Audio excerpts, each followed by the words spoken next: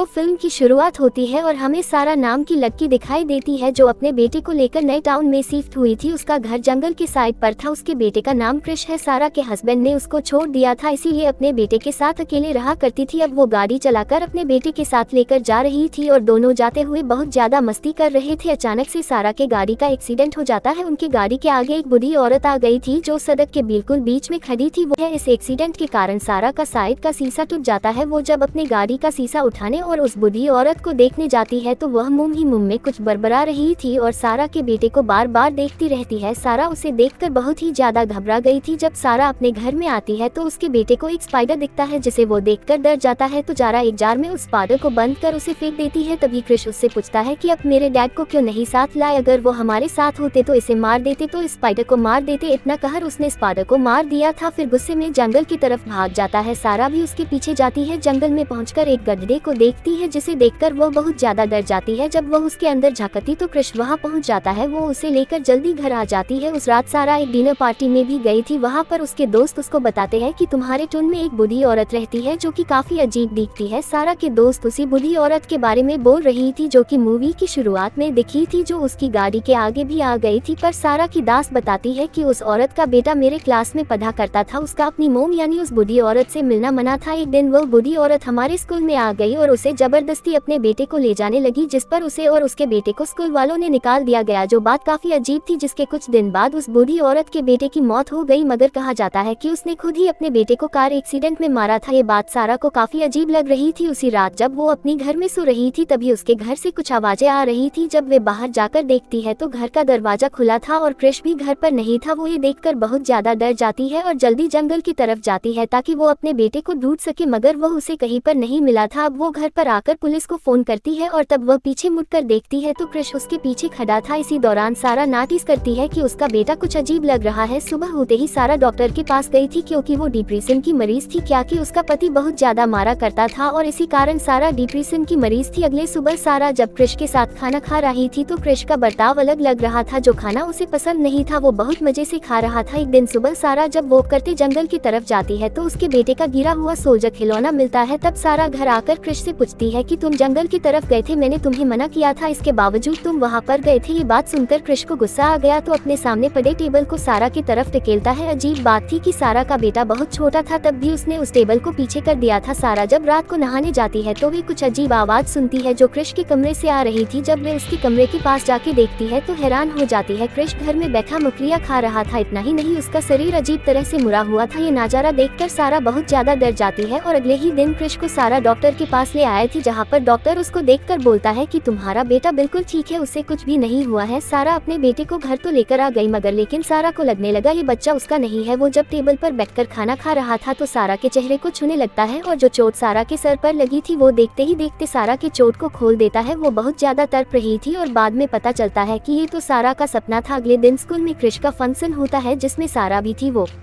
क्रिश के परफॉर्मेंस के दौरान उसे ही देख रहा है, न जाने उसे क्या हो गया था, वो उसे ही देख रहा था। उसका आवाज भी बदल गया था। उसे देखकर सारा डर जाती है, इसीलिए वह हॉल से दौड़कर बाहर निकल आती है। कुछ देर बाद अब क्रिश की टीचर आती है जिसके साथ अब क्रिश भी था। सारा को अब शक होने लगा था तो सारा अपने बेटे के कमरे में कैमरा भी लगा दिया था, जिसके बाद कैमरा में जब वीडियो को देखती है तो उसे पक्का यकीन हो गया था कि क्रिश उसका असल बेटा नहीं है। ये कैमरा उस बूढ़ी औरत के पति के पास लेकर जाती है और उन्हें ये वीडियो देखने को कहती है, मगर उसने वीडियो को देखने से इनकार कर दिया था कि उसको डर था कि जो उसके बीवी और बच्चे के साथ हुआ अब उसके साथ होगा। तभी वह बूढ़ा आदमी उसके कैमरे को तोड़ देता है क्योंकि उसकी बीवी की कही हुई बात याद आ जाती है, जो हमें कहानी के आगे जाकर पता चलेगी। फिर सारा उस कैमरे को लेकर घर आ गई थी। वो क्रिश को देखती है जो कि टीवी देख रहा था। उसे चेक करने के लिए बोलती है कि चलो तुम्हारी फेवरेट गेम खेलते हैं, जिसमें सारा 3 तक गिनते दानों क्रिश और सारा अजीब से मुंह बनाने लगते थे, लेकिन क्रिश कुछ भी नहीं करता। तब सारा को यकीन हो जाता है और सारा बोलती है कि तुम जो भी हो तुम मेरे बेटे नहीं हो। तभी क्रिश उसे पटकने लगता है, उसे दीवार में कस कस के पटकने लगता है, जिससे उसे यकीन हो गया था कि वो क्रिश नहीं बल्कि कोई बुरी ताकत है और बहुत ज्यादा जख्मी होने के वजह से बेहोश हो गई थी। जब उसको हल्का हल्का होश आता है तो वो खुद को जमीन पर गिरा हुआ देखती है। वो अपने घर के बाहर थी। वो बुरी ताकत जो क्रिश के रूप में थी वो उसके पास बैठकर खुदाई कर रहा था, जिसके बाद वह सारा को खींचकर उस गड्ढे में उसके मुंह को दफना देता है। यहाँ पर हमें पता चलता है उस बूढ़ी औरत को इसी ने मारा था, क्योंकि वो इसके बारे में जान चुकी थी कि ये क्रिश नहीं है। इसीलिए कहानी की शुरुआत में क्रिश को गौर से देख रही थी। फिर वो बुरी ताकत सारा को दफनाने के बाद खुद बेहोश हो जाता है, क्या कि सारा ने उसके खाने में बेहोशी की दवा मिला दी थी। सारा अब किसी तरह अपने मुंह को जमीन से बाहर निकालती है और वो बुरी ताकत को, जो कि क्रिश की शक्ल में था, उसे लेकर बेसमेंट में बंद कर देती है। तब वह अपने गाड़ी के टूटे हुए शीशे में उसका शक्ल देखती है, जिसे देखकर वो एकदम डर गई थी। जो एक डीमन का चेहरा था, वो डीमन धीरे धीरे जागने लगता है और एक बार फिर से सारा पर हमला कर दिया था। वो किसी तरह वो खुद को बचाती है और उसे बेसमेंट में बंद करके जंगल की तरफ भागने लगती है, जहाँ पर बहुत बड़ा गड्ढा था। वो उस गड्ढे के अंदर जाने का फैसला करती है, जहाँ पर लग रहा था कि उसका बेटा यहीं पर होगा। जब वो अंदर जाती है तो वहाँ पर एक सुरंग दिखाई देती है, जहाँ पर जाने पर क्रिश बेहोश मिलता है, यानी कि उसका असल बेटा जो अभी भी जिंदा था। वो अपने बेटे को लेकर किसी तरह से जब गुफा से बाहर आती है तो पीछे बहुत से डीमन मॉन्स्टर को देखती है, जिनकी शक्ल काफी अजीब थी। तभी साइड में बहुत से हड्डियों के ढांचे भी देखती है, मतलब ये डीमन बच्चों को भी खाया करती थी। वो किसी भी फैमिली के एक बच्चों को लाकर अपने पास रख